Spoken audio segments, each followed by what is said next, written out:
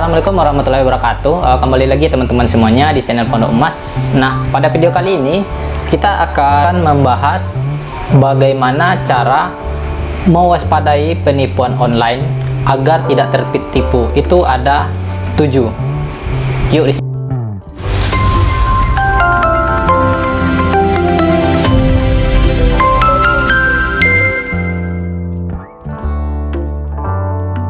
Perkembangan internet sebagai bentuk digitalisasi telah mendorong perubahan di berbagai bidang, mulai dari layanan publik hingga itu aktivitas jual beli online. Digitalisasi ini juga turut membawa perubahan di sisi transaksi yang kini kita bisa lakukan secara online dari manapun dan kapanpun.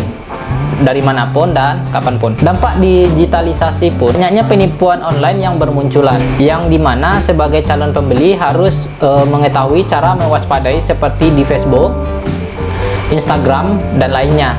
Di balik dampak digitalisasi tetap ada sisi positifnya, membuat jual beli online lebih menarik banyak orang untuk menggunakan fitur transaksi tersebut. Nah, untuk menghindari pencegahan terjadinya penipuan online ini ya teman-teman, jadi teman-teman harus tahu apa saja yang harus diwaspadai sebelum melakukan transaksi online. Nah, itu ada 7. Yang pertama, teman-teman itu cek legalitas dari penjual. Langkah pertama yang harus teman-teman lakukan ini adalah mengecek legalitas dari penjualnya. Nah, sebelum membeli produk secara online, jadi teman-teman harus mengecek dulu legalitas penjualnya. Nah, jika penjual tersebut menggunakan platform toko online ya, atau toko onlinenya sendiri, itu bukan dari marketplace. Jadi seperti toko tersebut mempunyai websitenya tersendiri. Jadi teman-teman bisa mengecek keasliannya melalui website namanya polisi.com.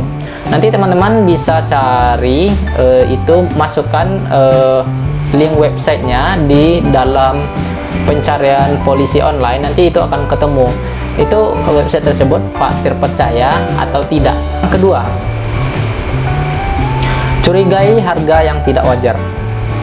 Seorang penipu biasanya memasang harga yang tidak wajar dan sangat murah untuk bisa menarik peminat konsumen. Karena harganya menggiurkan, membuat banyak orang tidak mempertimbangkan risiko ketika membeli. Untuk menghindari modus penipuan ini, coba bandingkan produk tersebut dengan produk yang sama di toko lain atau di pasaran. Nah, jadi teman-teman harus bandingkan. Mungkin pernah lihat ya di Instagram, contohnya seperti ini. Nah, ini ada emas ya. Nah, di sini itu, nah ini ada harga yang nggak fokus ya. Oke, ini ada harga yang tidak wajar ya. Seperti ini, ada harganya yang tidak wajar. 1 gram emas itu 420. Nah, jadi teman-teman harus mewaspadai hal tersebut ya. Jadi coba dilihat itu harganya wajar atau tidak. Nah, jadi di situ ya sebagai perbandingan. Kalau harganya nggak wajar, itu teman-teman mencurigai toko tersebut ya. Jadi nggak mungkin lah dijual dengan harga dengan barang yang sama, tapi pasarannya beda. Malahan lebih jauh di bawah harga pasaran. Jadi gitu. Jadi itu wajib dicurigai ya teman-teman. Nah, yang ketiga, minta foto yang asli atau foto lokasi tempat penjual. Kelemahan dari modus penipuan adalah sulit memberikan bukti berupa gambar atau visual yang asli ya teman-teman. Jadi biasanya itu gambarnya mencomot dari barang-barang di toko lain. Nah, untuk memanipulasinya, penipu akan mengambil gambar milik orang lain dan mengeditnya kembali sesuai di publikasinya. Nah, untuk itu teman-teman memutuskan untuk membeli produknya harus memastikan jika foto yang diberikan merupakan foto asli penjualnya ya. Nah, cek foto tersebut di Google untuk mengetahui dari mana foto itu diambil. Jika ada pihak ketiga memuatnya, maka kemungkinan besar penjual tersebut adalah penipu ya. Jadi teman-teman harus perhatikan tokonya seperti apa dan produknya seperti apa, atau itu apakah gambar ambil dari Google atau produk hasil foto sendiri. Kemudian cara yang keempat, jeli untuk melihat testimoni. Pelaku penipuan sudah tahu jika calon konsumennya pasti akan menanyakan testimoni karena tidak memilikinya. Maka dibuat rekayasa testimoni memanipulasi konsumen. Jadi teman-teman wajib melihat menganalisa testimoni ya. Jadi mungkin bisa jadi testimoni tersebut adalah palsu dan atau asli. Nah teman-teman bisa bandingkan mana testimoni yang real dan mana juga testimoni yang dimanipulasi ya. Dan mungkin percakapannya dengan nomor itu aja nomornya yang punya, dan yang penjual sebenarnya di satu orang ya, 2 handphone, yaitu melakukan percakapan dia aja gitu. Yang kelima itu gunakan fasilitas rekening bersama. Aktivitas jual beli online saat ini telah dibekali transaksi melalui rekening bersama. Bahkan jika pembeli sesuatu dari toko online tidak menyediakan fitur rekening bersama pun masih bisa menggunakan rekening bersama dari pihak ketiga. Jadi seperti contohnya gunakan rekening bersama dari pihak ketiga seperti Shopee, Tokopedia, atau Bukalapak ya teman-teman. Jadi seandainya nanti teman-teman itu ditipu, misalnya kita beli emas 5 gram, nyatanya yang nyampe ke kita itu bukan emas atau barang lain, mereka dengan menipu kita ya. Jadi kita jangan langsung mengapprove, menyetujui barang telah diterima di aplikasinya. Jadi teman-teman bisa melakukan komplain atau mengajukan pengembalian barang. Jadi secara otomatis kalau kita mengajukan pengembalian barang, penjual itu nggak bisa nolak ya, wajib harus menerima. Kalau nggak di-approve oleh penjual, maka barang tersebut kalau tidak di-approve oleh penjual, secara otomatis sistem akan meng-approve sendiri ya. Jadi teman-teman nggak usah ragu kalau menggunakan marketplace. Jadi jika transaksi jarak jauh, kalau kita nggak mengenal orang tersebut, teman-teman lakukan aja menggunakan pihak ketiga ya, seperti Tokopedia, Shopee, atau Bukalapak, agar untuk menghindari penipuan ya, agar teman-teman tidak dirugikan. Yang keenam itu simpanlah bukti pembayaran atau bukti transfer.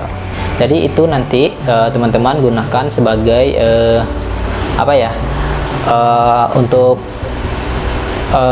bukti ya, untuk klaim nanti seandainya setelah membayar tagihan dari pembeli secara online. Jadi pastikan teman-teman masih memegang bukti transfer atau bukti pesanan ya, sehingga barang yang teman-teman pesan sampai di tempatnya.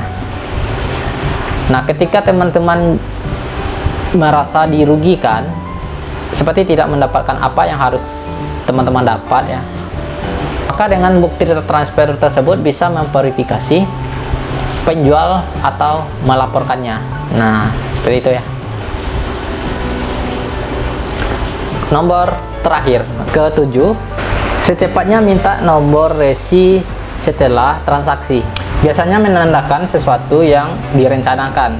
Jadi teman-teman haruslah segera meminta ke penjual agar segera untuk mengirimkan barang dan mengirimkan resinya. Teman-teman bisa mengirim pengiriman barang secara berkala. Jadi untuk tujuan resi ini ya, jadi apakah barang tersebut dikirim atau tidak. Membeli sesuatu dari internet atau secara online itu sangatlah memudahkan ya. Terlebih lagi bagi teman-teman yang memiliki banyak kesibukan atau malas keluar rumah.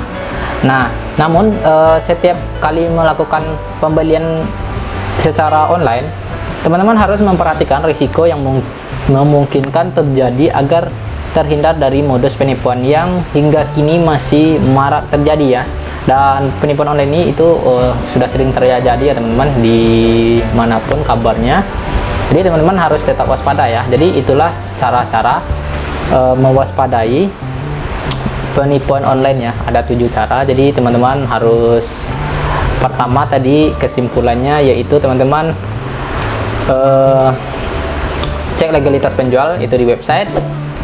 Kemudian curigai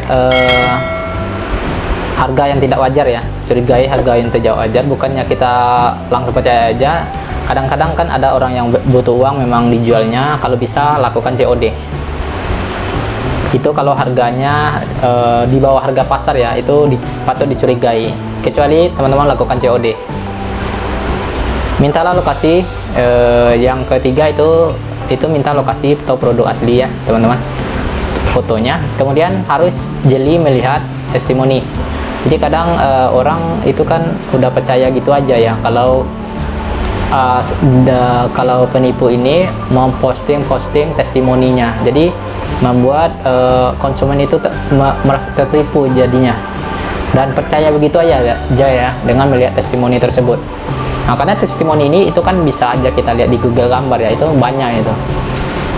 Oke, gunakan fasilitas rekening bersama. Jadi kesimpulannya yaitu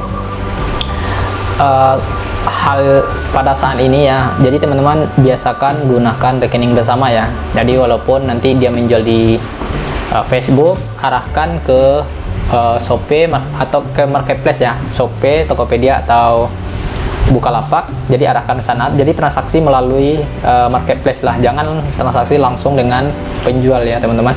Oke, mungkin sampai sini dulu. Kalau ada kesalahan saya mohon maaf ya, karena saya juga masih belajar.